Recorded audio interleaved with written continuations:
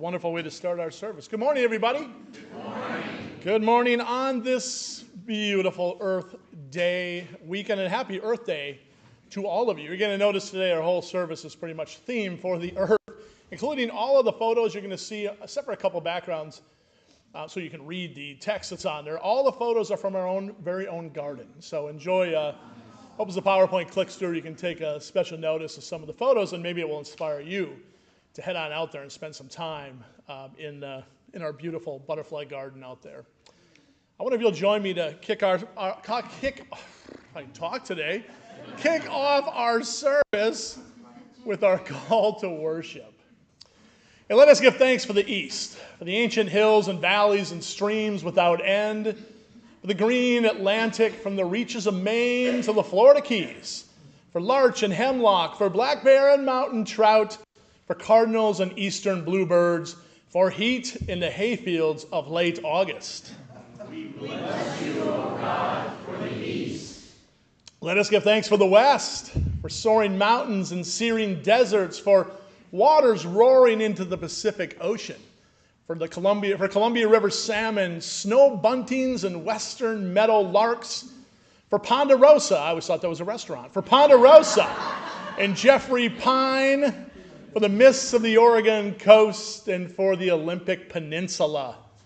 We bless you, O God, for the West. Come on.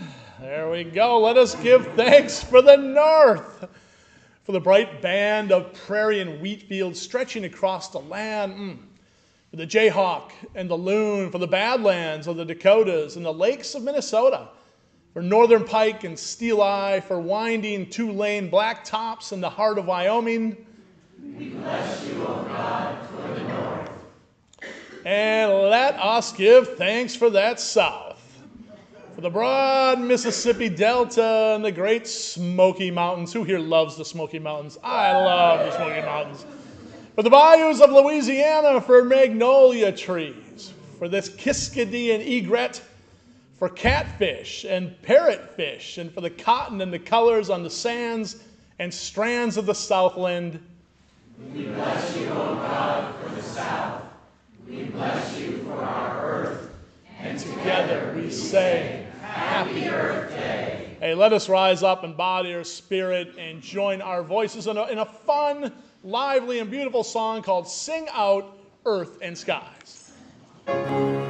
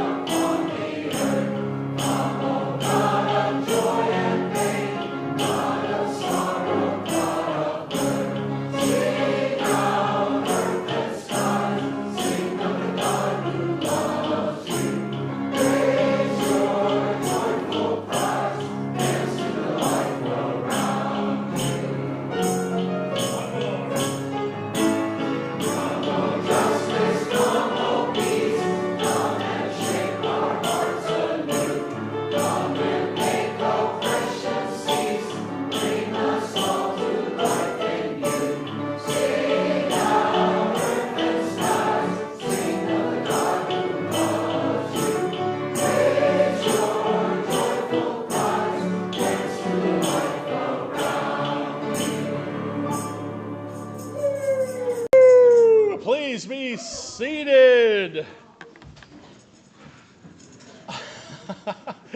Getting a special welcome from one of our friends that's likely now a monarch. Maybe several generations of monarchs at this point. I can't remember when that was taken. Good morning, everybody. Good morning, and welcome to Faith United Church of Christ on this beautiful Earth Day weekend. And what a beautiful day. It's been gorgeous here lately, hasn't it? Wow.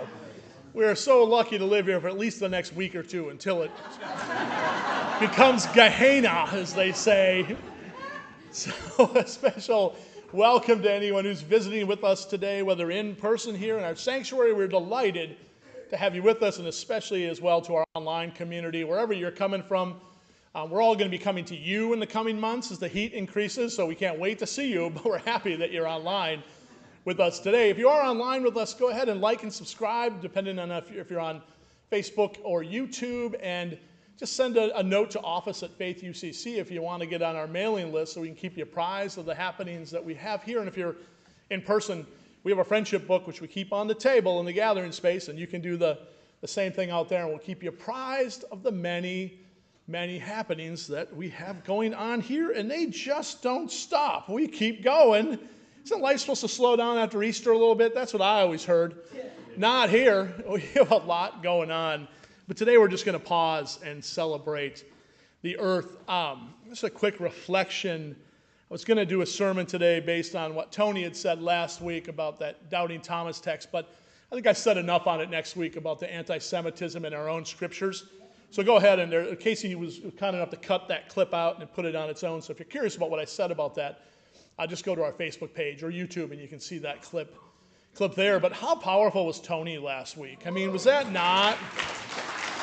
Those of you that were here, and I just want to say thank you to all of you that arranged for Tony to be here. It took a lot of work from different people around, and it was really great to have her here in our pulpit to talk about her experiences in life, painful experiences, and then to see her at the synagogue the other night. Who here went to the synagogue the other night? A good group of us. Yeah, we had like 30-something people. I'm actually surprised you're here because technically you've been to a worship service. Who here would like to change Sundays to Friday nights? Because I kind of like it. I kind of like the Friday night thing, you know. You go do your worship, you go to dinner, you're home for the weekend, you know. You're sleeping in on Sundays. I mean, watching golf, you know. Oh, it was a really cool service for those of us that were able to make it. We'll do it again. And honestly, Temple B'nai, it's on Belcher. It's like 1685 South Belcher, just past Gulf to Bay. You can go there any Friday night, 7 o'clock for a Shabbat service, and they are so welcoming there. They're a really progressive, Reformed synagogue. They fit really great with the values that we have going on here. I mean, this could be like our brother-sister church, you know, synagogue of sorts. And yeah, not church, synagogue. and it was just really a really powerful night. So for those of you that were able to make it, great. For those of you that weren't, we'll do it again. But again, you can stop in any Friday night. Introduce yourself to Joshua. Somebody said he's definitely like my long-lost brother. This guy, he had no filter. I love it. I love people no filter. My kind of guy, you know. So really, really good, really just a good group of people over there. So thanks for everybody that came on out, and it helped really organize that because it was a really special night. Again, today, all the images you're going to see for Earth Day here as we shift to Earth Day, and then we're going to keep going Earth and Month. Let Larry say a bit about that more in just a second. But again, all these images come from our garden out there, so please do take some time and go enjoy the garden. I had something else to say, and I can't remember, but I'll save it for the announcements. How's that sound? So let's just celebrate the Earth today. I'm going to offer up a reflection, more of a reflection than a sermon on how I just tried to spend some time in nature yesterday, and about our Bible, which I think we've been shortchanged on our scriptures, but I think they're way more of an outdoor book than we've ever been led to believe. So I want to say a little bit more about that. I hope that's meaningful for you and that it can kick off a good celebration of our Earth. But I want to invite Larry Porter up to talk about reinvigorating our green team work. Or whatever you're going to talk about. It's that, yeah. Knock yourself out. Oh. Good morning, and happy Earth Day. Yes. Let's see. What I want to do is I want to share with you something that came up in our last social justice team meeting where we agreed that what we wanted to do was pursue a designation of a Creation Justice Church in the UCC. This is kind of like what we went through many years ago through ONA. It's a similar kind of a process where what we will do is we'll go through and discern what our congregation is called to do to help protect our environment. Then we'll draft a Creation Justice Covenant, and then we'll have to have the congregation approve that covenant, and then we can get to submit our application to the UCC in order to get that official designation. But the first thing to do that is we need to reform our green team. And so if you want to be part of our green team, we'd like to, if we can meet after the service in the South Room there, so we can at least get a list of your names and contact information so we can try and schedule a kickoff meeting in the next 2 weeks.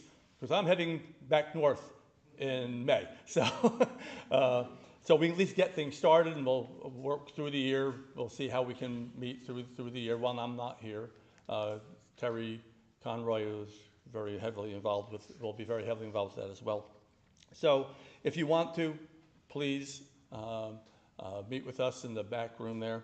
And I'm wearing my shirt here. This is a pretty old shirt. I don't know if you can see it. It has the Earth, and it says underneath here, good planets are hard to find.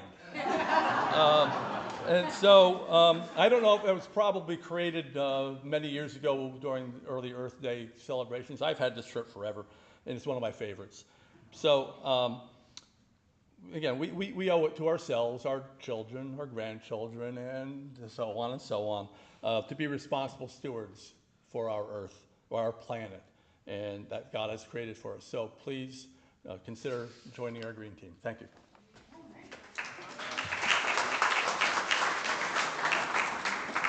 And our Caterpillar thanks you, absolutely.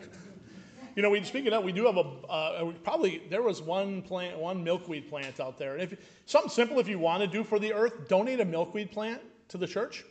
Real simple to do. You're at Lowe's, you're out and about, there's milkweed, you buy one, drop it off here, we'll get it planted, because there was 7 caterpillars on the one milkweed plant we had out there. Yeah, go ahead, Ann Jane. There's good milkweed and there's bad milkweed. Oh. So you need to be careful. Who knew? Tropical milkweed is. It's usually at Lowe's, so be very careful. So ask for good milkweed. Keep the milk in there. Ask for good milkweed in there, definitely. Yes, because they're looking. If you've ever gone out there, they eat these leaves and then they go and they spin themselves in these beautiful chrysalises. I'm not sure if I have any in the PowerPoint, but you'll see them all throughout the garden out there, and they're so beautiful. Yeah, Elizabeth? Yeah, just to add on about the milkweed, some of the locations spray their milkweed. Oh. Yeah, so you want to be sure to get one that isn't contaminated with insecticides. Organic, good milkweed. That's yeah. Thank you. Thanks both of you for raising it. I had no idea. I mean, yeah. So I asked, maybe when you go to okay. Let's back up. Go to a reputable garden place. It's not named Home Depot or Lowe's, maybe. Walmart. Does Walmart even sell milkweed? I'm not sure they do. We never put insecticides on ours. Yeah, and ask for some good milkweed, because we need to feed these hungry caterpillars. They're really hungry out there. So, yes, I opened up Pandora's box with this milkweed, didn't I? Yes, Kathy. You can buy milkweed also very, very good milkweeds, different kinds of milkweed on a site called Joyful Butterfly. Oh, Joyful Butterfly. Like www.joyfulbutterfly.com. Oh, there you solved it all right there. Forget Home Depot, forget Lowe's, forget Walmart. Go to Joyful Butterfly and order your milkweed and have it sent right to the church. And we'll grow our own milkweed. That is awesome.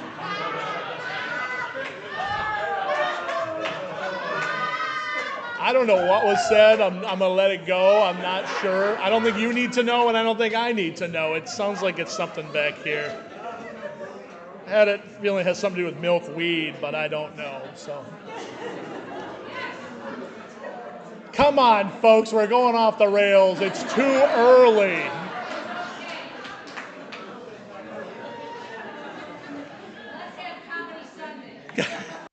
Should we just turn this into Humor Sunday right now? Is that what we're going to do?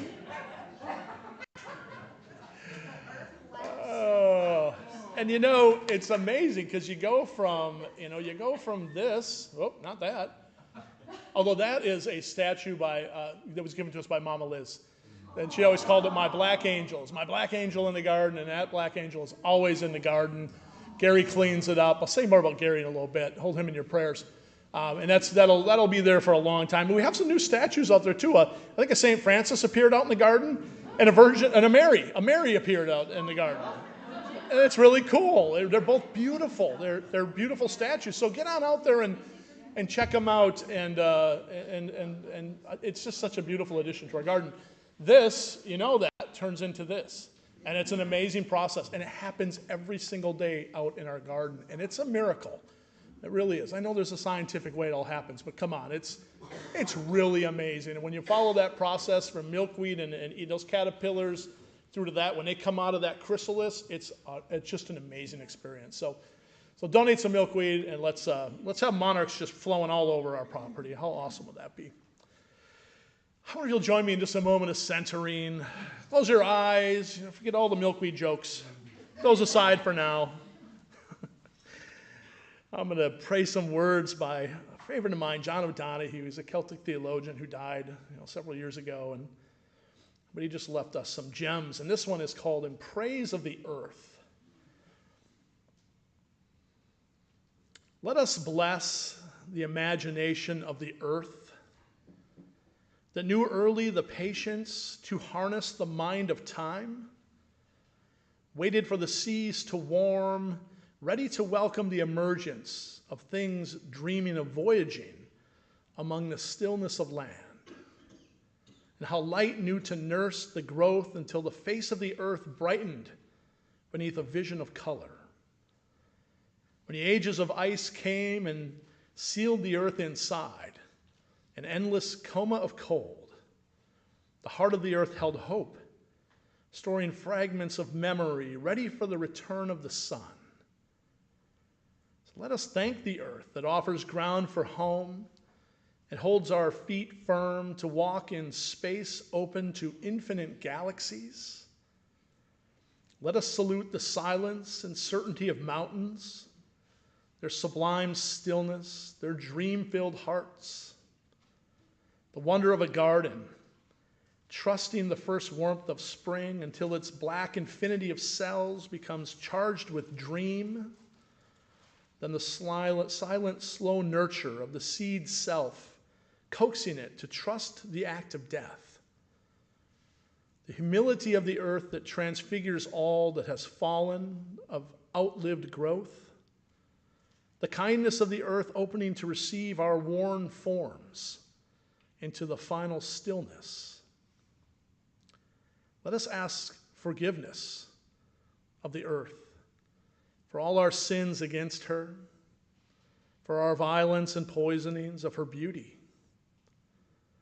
Let us remember within us the ancient clay, holding the memory of seasons, the passion of the wind, the fluency of water, the warmth of fire, the quiver touch of the sun, and shadowed sureness of the moon, that we may awaken to live to the full the dream of the earth, who chose us to emerge and incarnate its hidden night in mind, spirit, and light.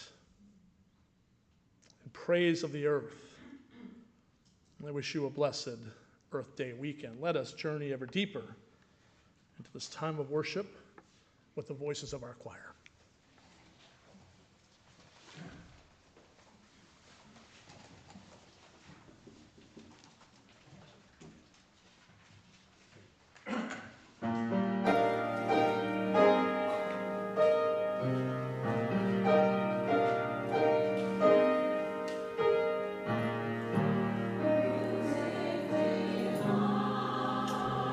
His passions burst my soul.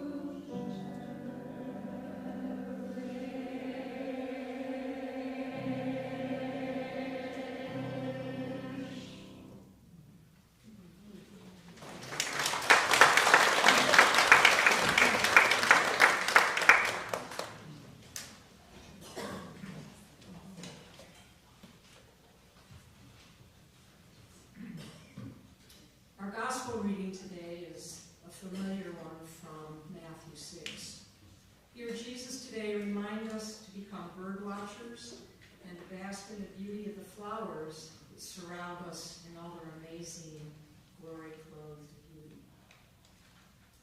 Therefore, I tell you, do not worry about life, what you will eat, what you will drink, or about your body, what you will wear.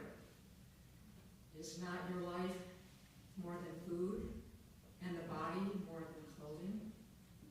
Look at the birds of the air. They neither reap, nor sow, nor gather into barns, and yet your them. Are you not of more value than they? And can any of you, by worrying, add a single hour to your lifespan? And why do you worry about clothing? Consider the lilies of the field, how they grow. They neither toil nor spin. Yet I tell you, even Solomon in all his glory was not clothed like one of these. Amen.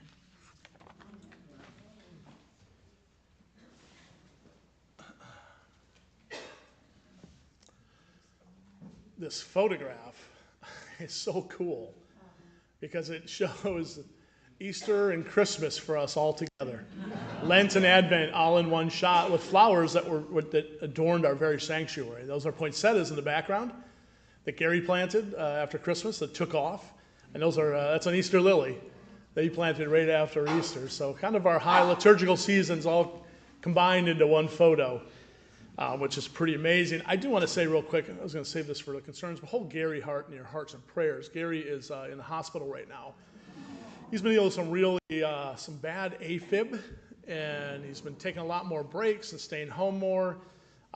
He collapsed yesterday at Publix up here, was taken to the hospital, and this is good news. Thank God he was taken to the hospital because he's been trying to get in with a cardiologist, and he couldn't get in. They know he needed a pacemaker, but they're going to put him off till June 30th.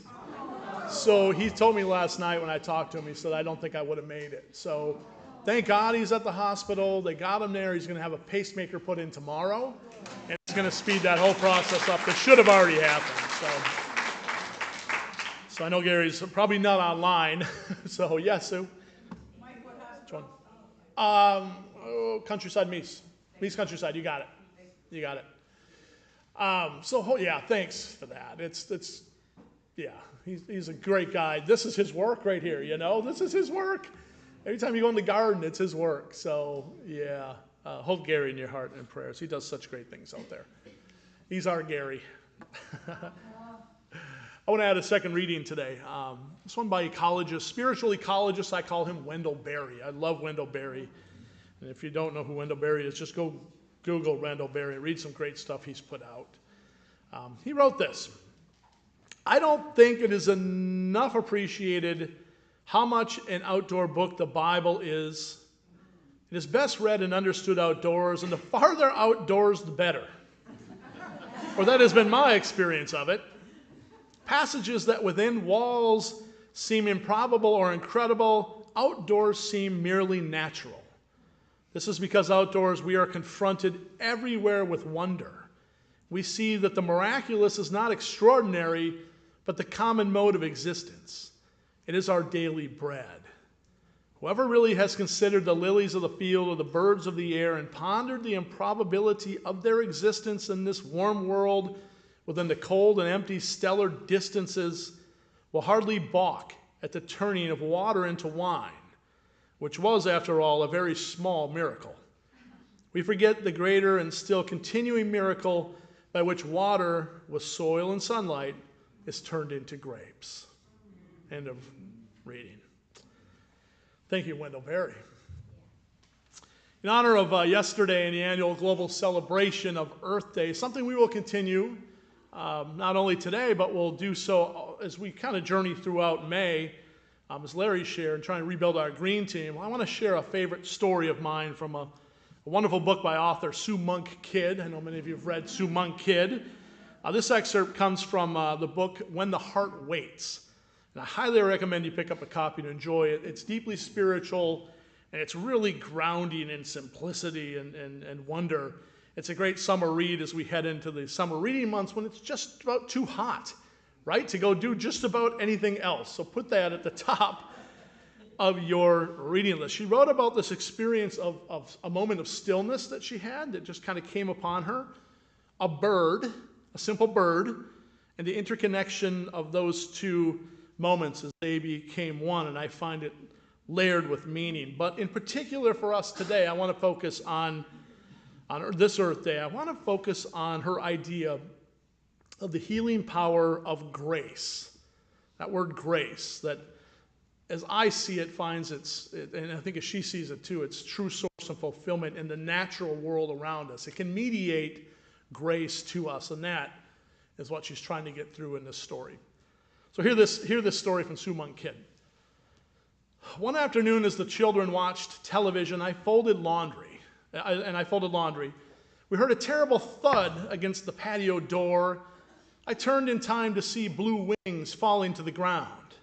A bird had flown into the glass. None of us said a word. We looked at one another and crept to the door. The children followed me outside. I half expected the bird to be dead, but she wasn't. She was stunned, and her right wing was a little lopsided, but it didn't look broken, bruised maybe. The bird sat perfectly still, her eyes tiny and afraid. She looked so fragile and alone that I sat down beside her. I reached out my little finger and brushed her wing. A voice came from behind me. "Why doesn't it fly off, Mama?" "Well, she's hurt," I said. "She just needs to be still." We watched her stillness.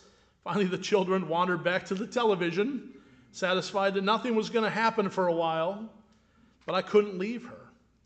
I sat beside her, unable to resist the feeling that we shared something, the two of us. The wounds and brokenness of life, crumpled wings, a collision with something harsh and real.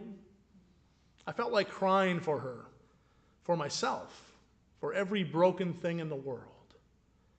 That moment taught me that while the postures of stillness within the cocoon are frequently an individual experience, we also need to share our stillness.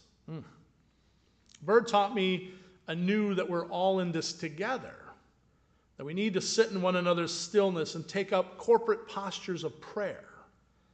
How wonderful it is when we can be honest and free enough to say to one another, "I need you to wait with me," or "Would you like me to wait with you?" I studied the bird, deeply impressed that she seemed to know instinctively that in stillness is healing. I had been learning that stillness can be the prayer that transforms us. How much more concentrated our stillness becomes, though, when it is shared. The door opened again. "Is she finished being still yet?" Kids said. "No, not yet," I said, knowing that I was talking as much about myself as the bird. We went on waiting together 20 minutes, 30, 50. Finally, she was finished being still. She cocked her head to one side, lifted her wing, and flew. The sight of her flying made me catch my breath. In the corner of my eye, I saw her shadow move along the ground and cross over me.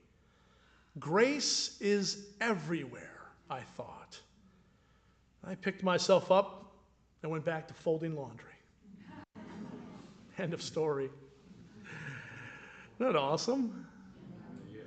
I was thinking of that, of this kind of experience that Kid shared yesterday as I was reflecting on something to write, and I didn't want to do anything heavy. I just wanted something light, and I was working on this sermon outside. I often write my stuff outside, and it just dawned on me, indeed, she's so right. Grace is everywhere, all around us in our world, if we can just tune in and pause and just let it grasp us. You know, it's there. And so I decided to accept her invitation right then and there and just sit in the stillness and just be and try and do what she did and tune deeply into the natural world in the moments that were unfolding around me, to look deeply into the world to see if maybe I too could find that same grace, that same sense of connection, that same sense of trusting that we're never meant to go through this life alone, because our natural world partners are right there to keep us company on the journey.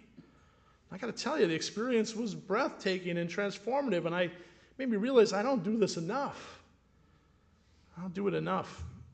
So I just closed my eyes.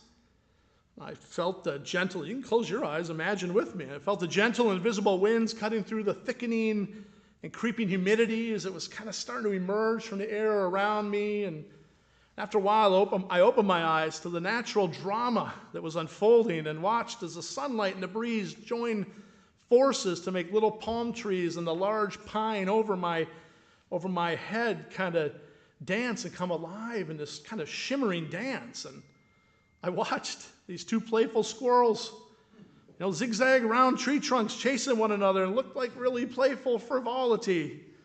Occasionally, they would stop and stare back at me. Like, what's he doing? The other one would go, I don't know. And then off they'd go. I heard the purr and whistle of a mourning dove. You ever heard that purr? You ever just listen to that purr? Oh, and it just flutter back and forth from tree to ground, and probably in search of nest or food, nesting supplies or food. And the sky was like soft blue, yet it was at risk of being swallowed up by this one ominous-looking cloud of gray as it began to just hide the sun for a bit. Geckos were staring at me. Who's had that experience, right? Those dang things. They're bobbing their head.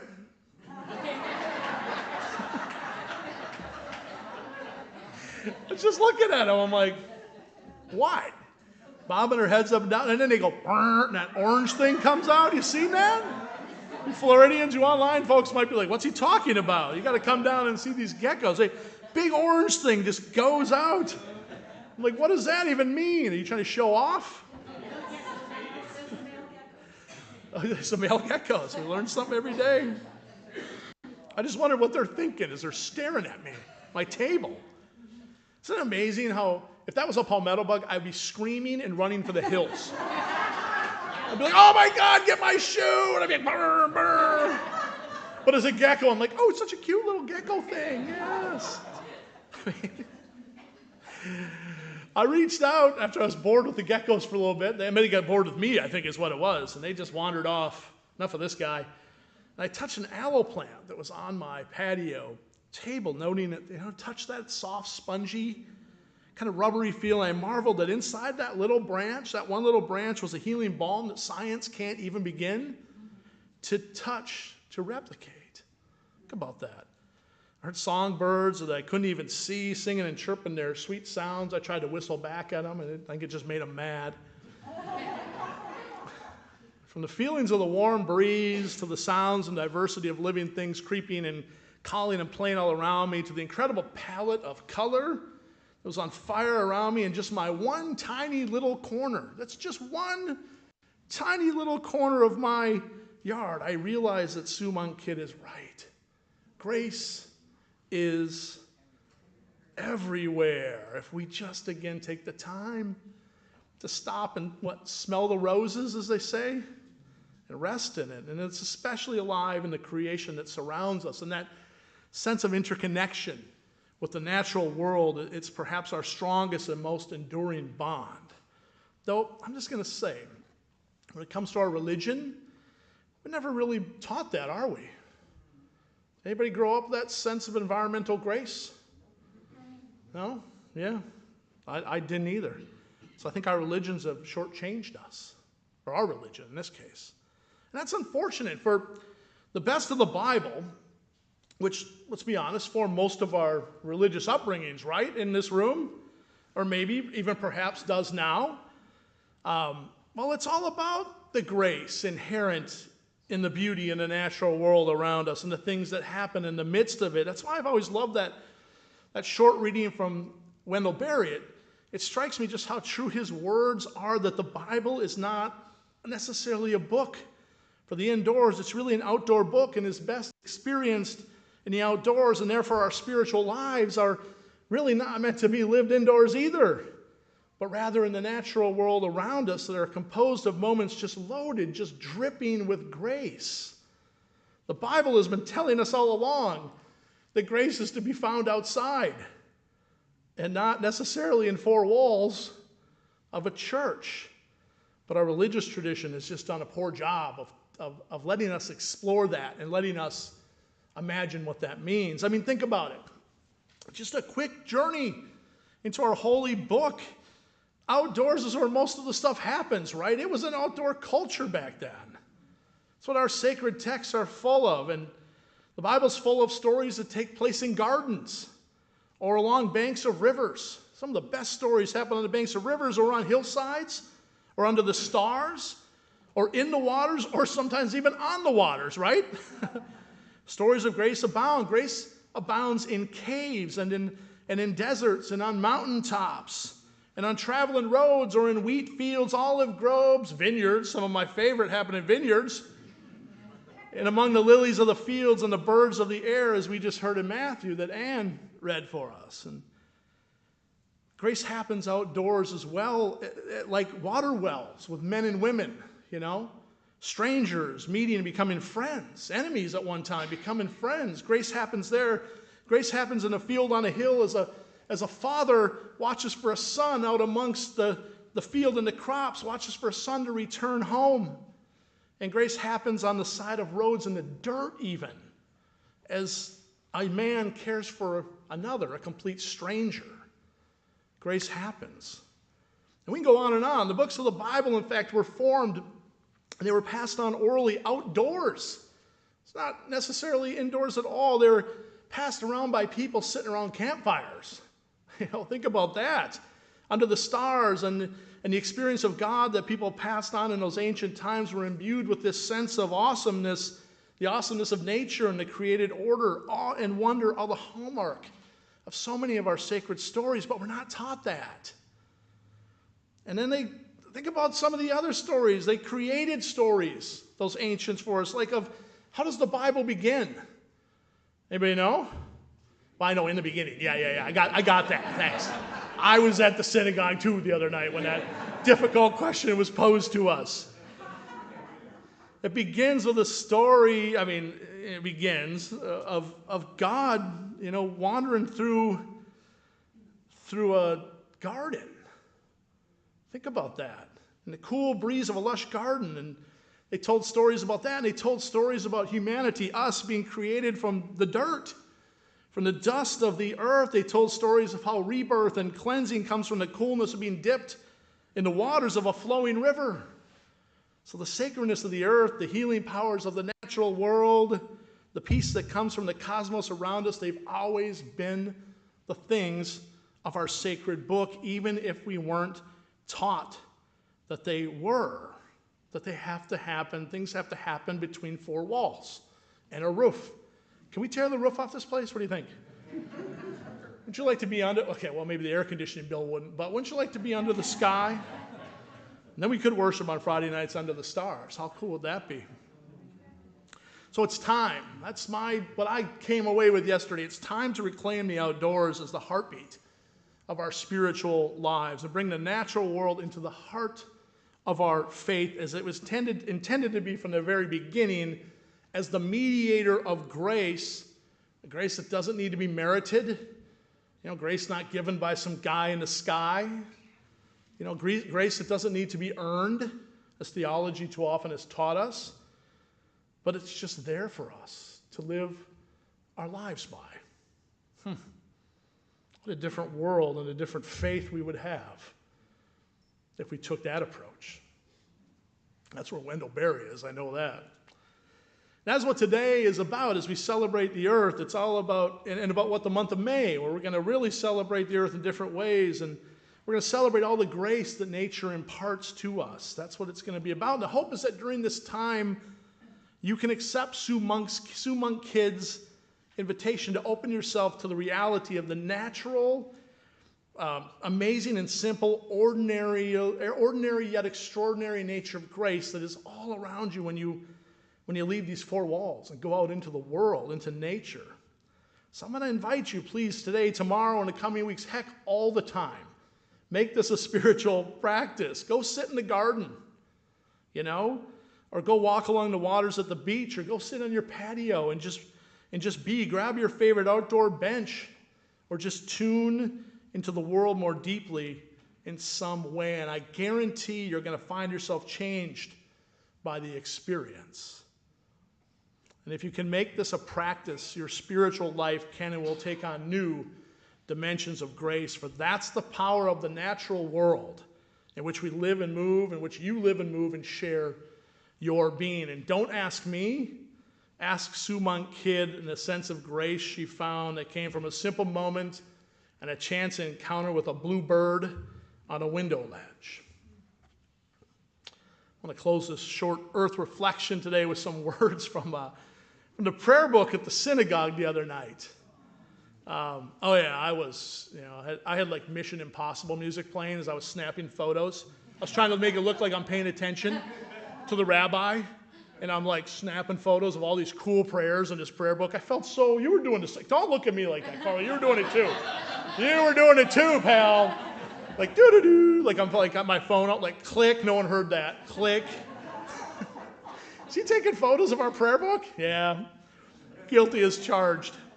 There's so much good stuff in there. I found this one really powerful, and I just kind of want to end this and have this maybe as a daily mantra to live by. And I'll share these words out because maybe it's something to wake up every morning and just say aloud or pray or use it as a blessing for your day, because they really are about grace and the mysteries of nature. Teach me, O God, a blessing, a prayer on the mystery of a withered leaf, on ripened fruit so fair, on the freedom to see, to sense, to breathe, to know, to hope, to despair. Teach my lips a blessing, a hymn of praise, as each morning and night you renew your days, lest my day be today as the one before, lest routine set my ways. Get out of the ordinary. Entrances to holiness are everywhere. Let me say that again. Entrances to holiness are everywhere. The possibility of ascent is all the time, even at unlikely times and through unlikely places. For there is no place on earth without your presence. End of blessing. Take that into your week and make that a mantra for every day you wake up, to remind yourself that you're surrounded by something so amazing, just waiting like a bluebird on the windowsill for your attention. Happy Earth Day, everybody, and always remember that as the choir will sing for us now, that creation is singing in every moment. We just need to pay attention and listen. Amen.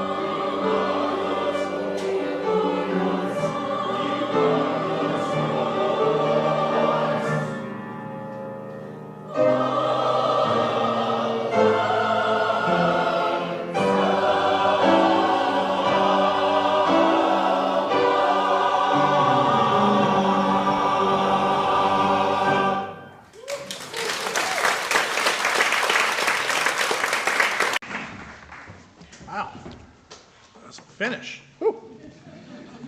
Creation is definitely singing in here, I tell you. I lift up some joys and concerns. Again, I mentioned Gary. Please hold Gary in your hearts and prayers as he's at Meast Countryside.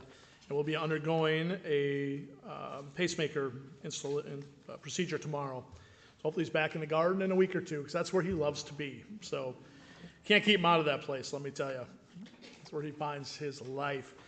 Also, hold Rosemary Randall in your hearts and prayers. Rosemary's probably online with us. She's been going through a really hard time as she transitions from a home she's lived at for many years and has health issues at the same time. So hold Rosemary in your hearts and prayers this next couple of months here, especially as she moves to a new home and just tries to get settled, and which will be really good for her. So we're thinking about you, Rosemary. Continue to hold Tim Conroy's grandniece in your hearts and prayers and send love. And this is a picture of, I was sent the other day. Yeah, this is Elise, and it's Aurora Sky, right? And she came from an accident that likely could have killed her, probably, to all sorts of medical issues. She's got a long road, but look at the smile. There aren't a lot of words. I texted Tim back and said, there aren't words. It's just, that's it right there. The look between them and just the joy together. So continue to hold Elise in your hearts and prayers as she continues to recover, and Taylor as well, Rod Esslinger's stepdaughter, who is also on a road to recovery and in need of prayers and love as well. So hold them definitely in your hearts and prayers. Also, it's got a note here from Lori Walker to pray for her friend Kelly. Prayers for a family friend, stage 4 cancer. So, that's a hard one, and please pass on our love to Kelly, Lori. Absolutely. And a couple joys. Shift to some joys here. The synagogue visit was a real joy. Thank you to all that helped arrange that. That was phenomenal. Another joy here, the statue of St. Francis I mentioned in the garden is a gift from Kim Lee. So thank you, Kim Lee. We were here last week, probably online with us now. Thank you, Kim. It's really cool. It's over on the side over there, so go look for that, as well as our Mary statue and some other ones that are out there. That's awesome. Thank you, Kim. And for all you Rays fans out there, Rays setting a new record, 24 games with a home run. Longest streak at 21. Someone was wrong on that one. For all you Rays fans, who's watching, who's following all this stuff? Any of you? Oh, yeah. That's why I mention it, because a lot of you are.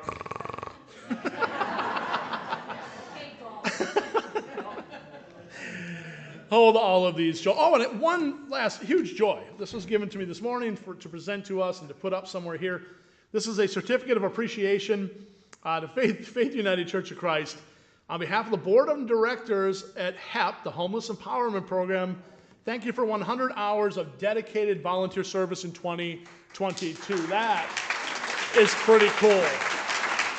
To all of you HEP volunteers, that is really awesome. We'll have to put this on the wall somewhere as a testament to your hard work serving our neighbors in need.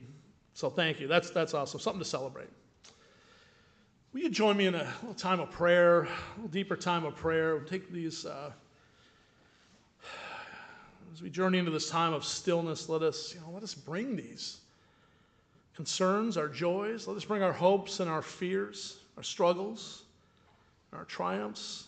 Let us bring them along with us and hope that our joys will linger longer within us and that our concerns will find a path of transformation beyond us. And that in the stillness is courage. And then the courage is the power to transcend even the hardest of times and those most difficult of concerns. So may the holy presence that is God, that kindles gently within us, may it enliven our spirits in this time as we join together in a moment of silent prayer and stillness.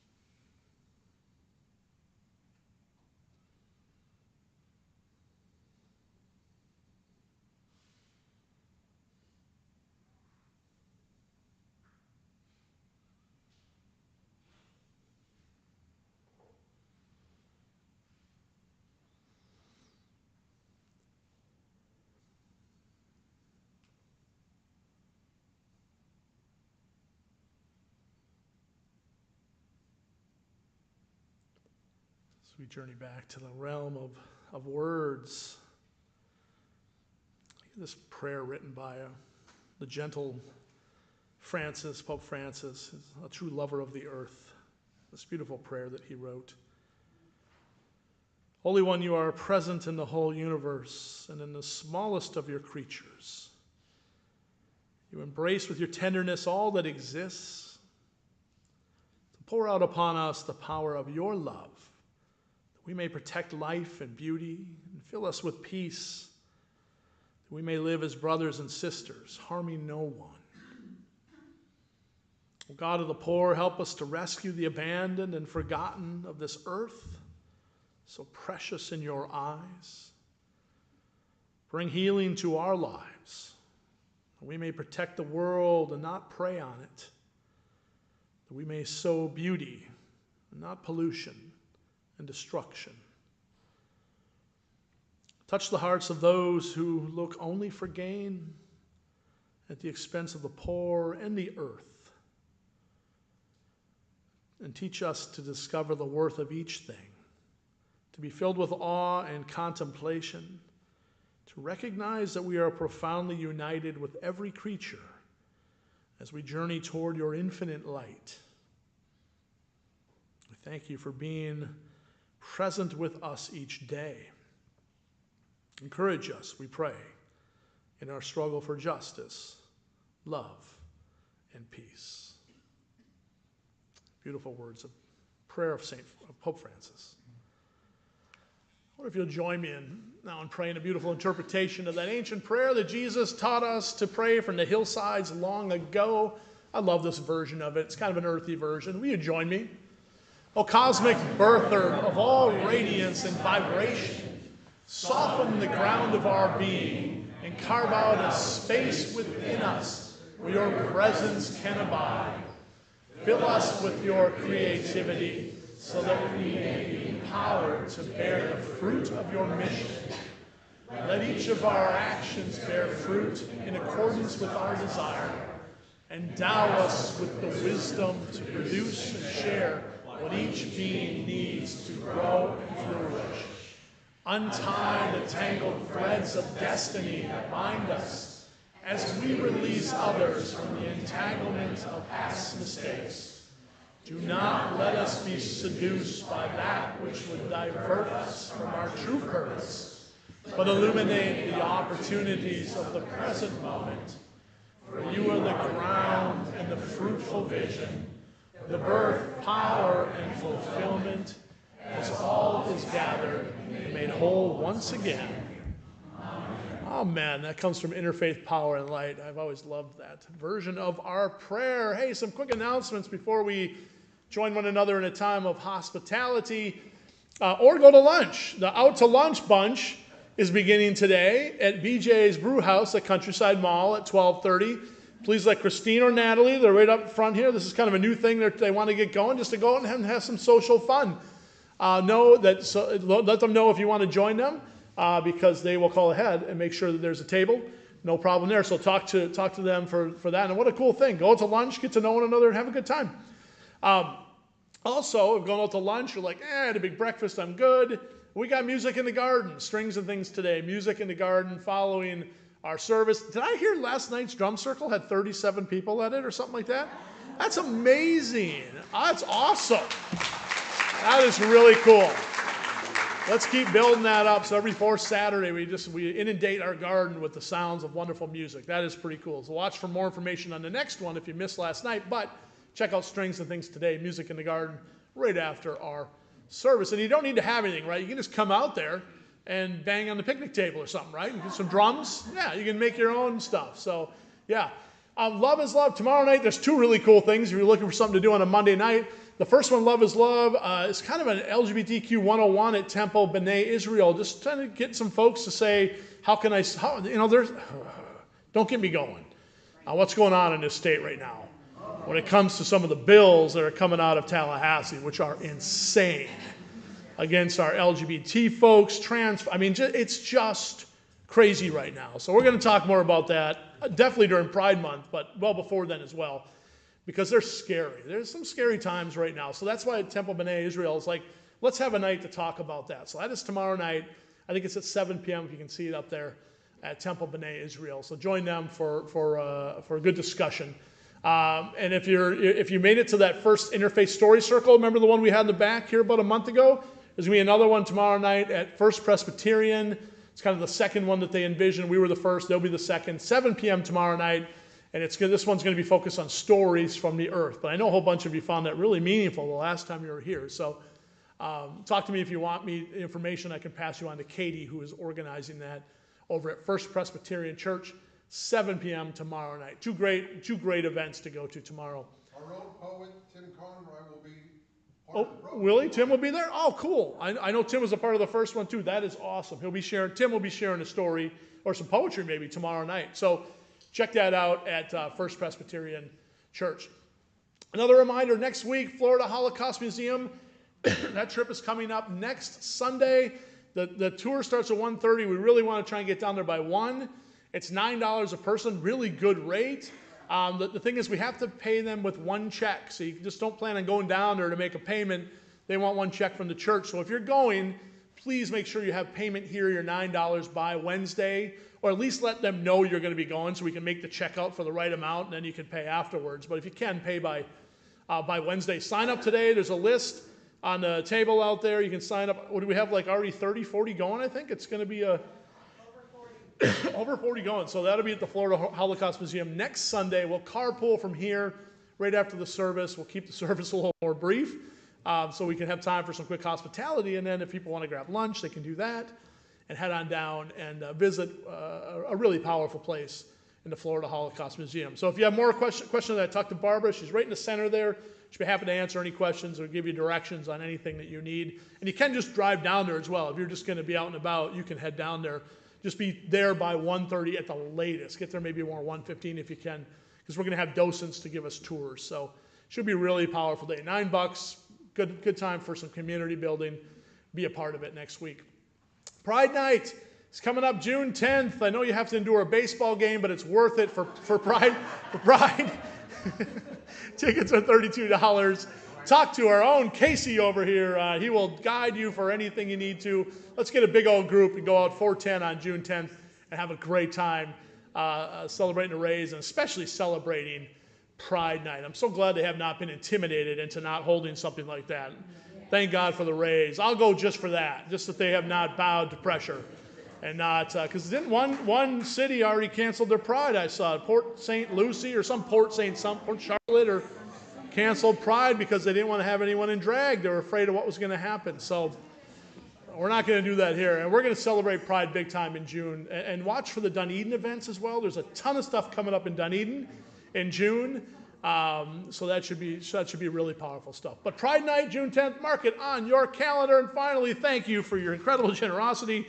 I'm going to shut up in just a second, but I just want to say for all of your giving, I always just want to say thank you. Your giving is what keeps this place going, allows us to be a real beacon in the community, spreading our vision of love and support and justice in the world. So thank you for your giving. Yes, Julie?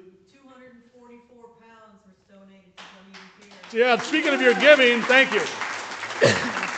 244 pounds. We got 1 week left. That's a reminder. We got 1 week left for the peanut butter drive. So you all need to go out shopping today, this week. Bring your BOGOs.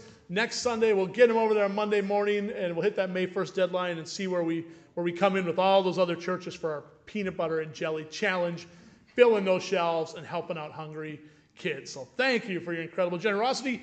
If you do want to, you're like, I want to give to this place, you're online, just go to our website, PayPal, Vanco, or right there under our Give button. There are plates not on the back table, so, just give your money to somebody if you want to make a donation. Betty just cringed. What did he say? Just give it to some random person? We'll get some plates out there if you want to make a contribution, a love offering today, and we'll make sure that gets to the right place, I promise you. Hey, let's sing for peace, my friends. Let's dedicate this song today to the earth. Let there be peace on earth. Let it begin with us, and I'll see you for hospitality in just a bit.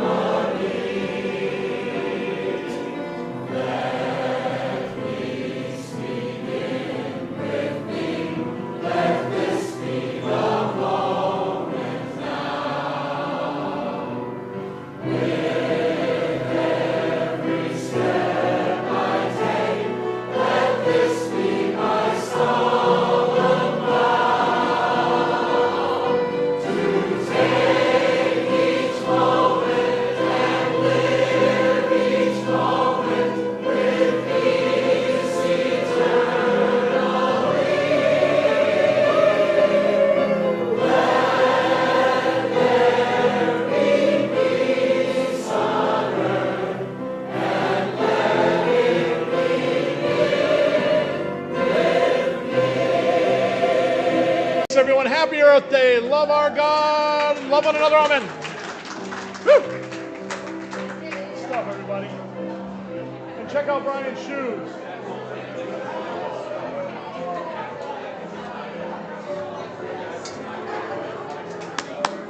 Nice job. Nice job, Jay. You gonna stick around?